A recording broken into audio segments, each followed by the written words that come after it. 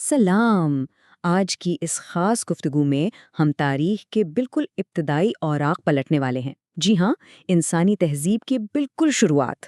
ہم حضرت شیس علیہ السلام کی اس عظیم داستان پر بات کریں گے جو انسانیت کے دوسرے نبی تھے۔ ذرا تصور کریں، یہ محض ایک تاریخی خاکہ نہیں ہے، بلکہ یہ اس وقت کی کہانی ہے جب ہماری یہ دنیا بالکل نئی تھی اور انسان کو قدم قدم پر رہنمائی کی اشد ضرورت تھی۔ تو چلیے پوری توانائی کے ساتھ سیدھا موضوع کی طرف چلتے ہیں۔ اچھا، تو آئیے سب سے پہلے اس راز پر سے پردہ اٹھاتے ہیں۔ یہ ایک ایسا دلچسپ سوال ہے جو تاریخ کے طالب علموں کے ذہنوں میں اکثر ابھرتا ہے۔ ہم سب جانتے ہیں کہ دنیا کے پہلے انسان اور پہلے نبی حضرت آدم علیہ السلام تھے، بالکل۔ لیکن جب ان کا وقت مکمل ہوا تو وہ کون تھا جس نے اس نئی، نازک اور بھٹکنے کے خطرے سے دوچار انسانیت کی باغ ڈور سنبھالی؟ آخر پہلے نبی کے بعد انسانیت کی رہنمائی کس نے کی؟ آج ہم اسی اسرار کو کھولیں گے۔ ہمارے آج کے سفر کا خاکہ کچھ یوں ہے۔ سب سے پہلے ہم دیکھیں گے کہ کیسے ایک غمزدہ دنیا کو امید ملی، پھر 50 الہامی صحیفوں کا ذکر ہوگا، اس کے بعد بدعنوانی کے خلاف ان کے مشن پر بات ہوگی، پھر ابتدائی انسانی تہذیب کی تعمیر، اور آخر میں ہم دوسرے نبی کی عظیم میراث پر نظر ڈالیں گے۔ تو بس شروعات کرتے ہیں۔ ہمارا پہلا باب ہے ایک غمزدہ دنیا کو امید ملی، ایک ایسی گہری تاریکی جس میں روشنی کی کرن پھوٹی۔ اس وقت کو ذرا محسوس کریں، دنیا بالکل نئی نئی آباد ہوئی تھی، مٹھی بھر لوگ تھے، لیکن برائی اپنا کام کر رہی تھی۔ قابیل نے حسد اور غصے میں آ کر اپنے ہی سگے بھائی حابیل کو قتل کر دیا تھا۔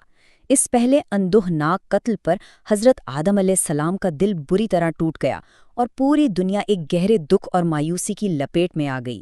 لیکن کہتے ہیں نا کہ ہر اندھیری رات کے بعد صبح ضرور ہوتی ہے۔ اس گہری تاریکی میں اللہ کی طرف سے ایک روشنی آئی، اور وہ تھی حضرت شیس علیہ السلام کی پیدائش۔ یہ صرف ایک ولادت نہیں تھی، بلکہ اس شدید اندھیرے میں ملنے والا وہ گہرا سکون اور امید تھی جس نے پہلے نبی کے دل کو بے پناہ خوشی اور راحت بخشی۔ اب اگر ان کے بچپن کی بات کریں تو وہ سچائی اور عقیدت کا جیتا جاگتا پیکر تھے۔ وہ ہمیشہ سچ بولتے اور جھوٹ سے سخت نفرت کرتے تھے۔ اور سب سے حیران کن بات یہ ہے کہ روایات بتاتی ہیں کہ ان کی شکل اور عادات حضرت آدم علیہ السلام سے ہو بہو مشابہت رکھتی تھیں، بالکل ان کا عکس۔ یہی وجہ تھی کہ حضرت آدم انہیں ہمیشہ اپنے پاس بٹھاتے، انہیں توحید کی خالص تعلیم دیتے اور بار بار سمجھاتے کہ دیکھو اللہ ایک ہے اور شیطان کے دھوکے سے ہمیشہ ہمیشہ بچ کر رہنا ہے۔ دراصل یہ وہ عظیم تربیت تھی جو انہیں ان کے آنے والے بڑے مشن کے لیے تیار کر رہی تھی۔ اب ہم آتے ہیں اپنے دوسرے باب کی طرف، 50 الہامی صحیفے۔ یہ انسانیت کی ہدایت کا پہلا باقاعدہ اور منظم نظام تھا۔ 50، جی ہاں، یہ 50 کا ہنسا کوئی معمولی نمبر نہیں ہے۔ یہ اس عظیم الشان علم اور رہنمائی کی مقدار کو ظاہر کرتا ہے جو اللہ تعالیٰ کی طرف سے براہ راست حضرت شیس علیہ السلام پر نازل ہوئی۔ ذرا سوچئے، پورے 50 صحیفے اس وقت کی مختصر سی انسانی آبادی کے لیے یہ رہنمائی کا ایک بے مثال اور انتہائی وسیع خزانہ تھا۔ اور یہ بڑی خوبصورتی سے واضح کرتا ہے کہ ان صحیفوں میں کیا تھا۔ ان میں محض عبادات کا ذکر نہیں تھا، بلکہ اللہ کی عبادت کے ساتھ ساتھ حلال اور حرام کی واضح حدود مقرر کی گئی تھیں۔ اس میں انصاف، سچائی اور انسانیت کے درست اصول بتائے گئے تھے۔ اگر ہم آج کے الفاظ میں کہیں تو یہ انسانیت کا بالکل پہلا آئین اور اخلاقی ضابطہ حیات تھا۔ حضرت شیس علیہ السلام انہی صحیفوں کو لوگوں کے سامنے پڑھتے اور انہیں زندگی گزارنے کا بالکل صحیح اور سچا طریقہ سکھاتے تھے۔ اب چلتے ہیں باب نمبر 3 کی جانب، بدعنوانی کے خلاف مشن۔ یہ وہ وقت تھا جب الہامی قانون کا ٹکراؤ دنیاوی فتنوں سے ہوا۔ اس دور کی جو اصل کشمکش تھی نا، وہ بالکل واضح تھی۔ ایک طرف شیطان کا فتنہ تھا جو لوگوں کے دلوں میں غصہ، حسد، لالچ اور بری سوچ ڈالنے میں لگا ہوا تھا۔ یاد ہے، یہی وہ زہر تھا جس نے قابیل کو تباہ کیا تھا۔ اور اس کے بالکل مد مقابل ایک مضبوط دیوار کی طرح حضرت شیس علیہ السلام کی تعلیمات کھڑی تھیں، یعنی انصاف، باہمی محبت، صدقہ اور سچائی۔ وہ توحید اور اخلاقیات کے ان انتہائی مضبوط ہتھیاروں سے شیطان کے پھیلاتے ہوئے اندھیرے کا ڈٹ کر مقابلہ کر رہے تھے۔ یہ نیکی اور بدی کی پہلی باقاعدہ جنگ تھی۔ ان کے خطبات کا نچوڑ کچھ یوں تھا، اور اس میں ایک عجیب سی طاقت تھی: اللہ سے ڈرو، شیطان تمہارا کھلا دشمن ہے اور وہ انسانیت کو سیدھا جہنم کی طرف ڈھکیلنا چاہتا ہے۔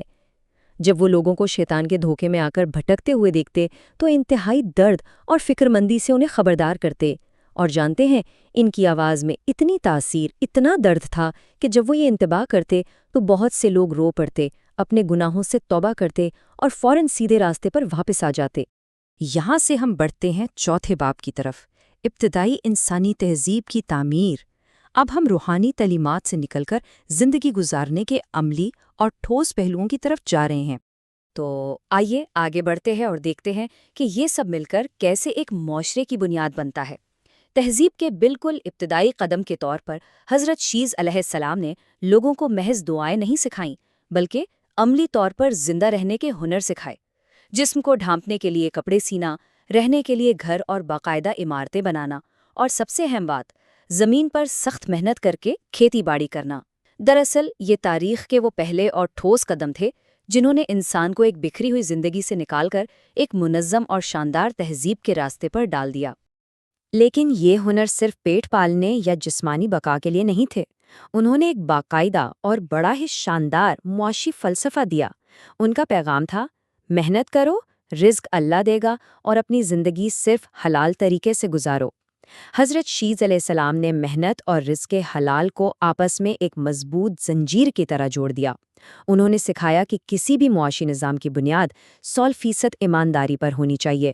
محنت آپ کی ذمہ داری ہے، رزق اللہ کا وعدہ ہے، لیکن شرط صرف ایک ہے، کمائی خالص حلال ہونی چاہیے۔ ان عملی اور اخلاقی تعلیمات نے مل کر جو معاشرتی نظام کھڑا کیا، اس کی بنیاد مکمل طور پر ایک اللہ کی عبادت یعنی توحید پر تھی۔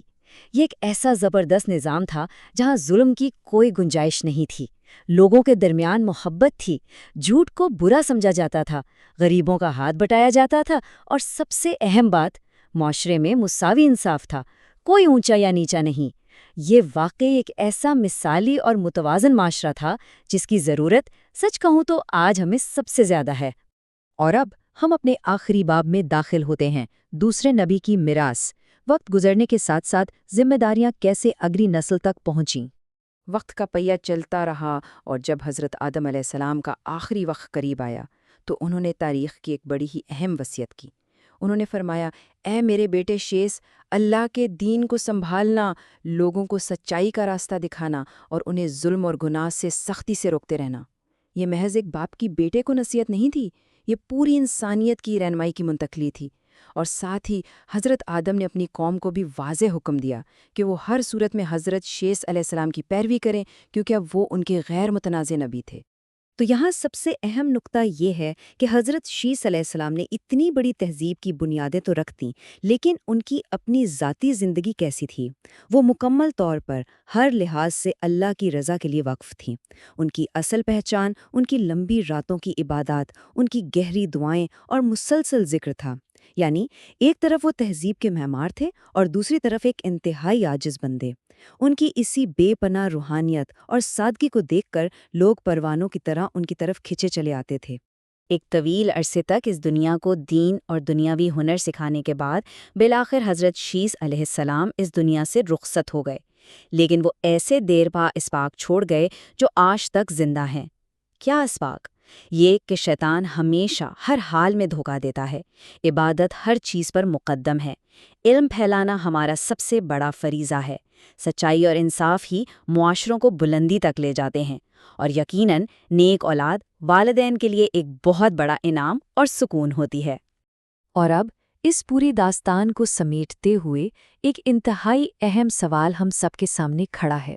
آج کی انسانیت، ہم اور آپ، ان قدیم اور بنیادی اصولوں کو اپنی اس پیچیدہ اور تیز رفتار جدید دنیا میں کیسے نافذ کر سکتے ہیں؟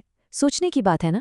حضرت شیس علیہ السلام نے جس دور میں سچائی، محنت اور حلال رزق کا نظام قائم کیا، وہ انسانی تاریخ کا بالکل پہلا قدم تھا۔ آج کی اس الجھی ہوئی دنیا میں ہمیں ان ابدی تعلیمات کی دوبارہ کتنی ضرورت ہے، اس پر ضرور غور کیجیے گا۔